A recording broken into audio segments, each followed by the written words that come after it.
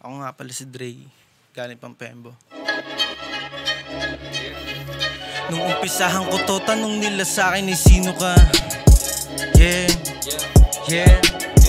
Nung umpisahan ko to, tanong nila sa'kin ay sino ka? Dami nagdududa sa kakayahan nung simula na nagbigay apoy sa'kin sa pwedeng maitul. Kasi ako ay dopa talaga merong ibubuga, tignan ng narating.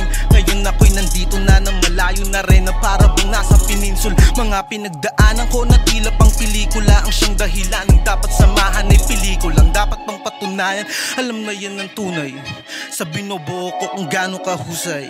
Mga sulat ko na dapat isabuhay sa maging alamat ako bago mapasahukay. Buti dito na natili at dito ko nawili na tumutugma pa sa mga sapatos ko na hilig. Di nawawala yung gigil. Akala mo ay bitches may dating palagi sa at halata naman sabi. Buti dito na natili at dito ko nawili na tumutugma pa sa mga sapatos ko na hilig. Di nawawala yung gigil. Akala mo ay bitches may dating palagi sa at halata naman sabi. Silang kung dito na ako darating, ito ang tadhana na sana sumagip sa mga araw na dinaday. Mas lalo pang tumatalim para lalong makasakit sa sugat na siya naging dahilan ng aking paggaling. Kaya medyo nangangapa kung ikatutuwa. Alam kong may iba kang pangarap sa aking nakaplano, na huwag kang mag-alala, para dito talaga ako. Ang panganay mong anak ay dito nakatalaga.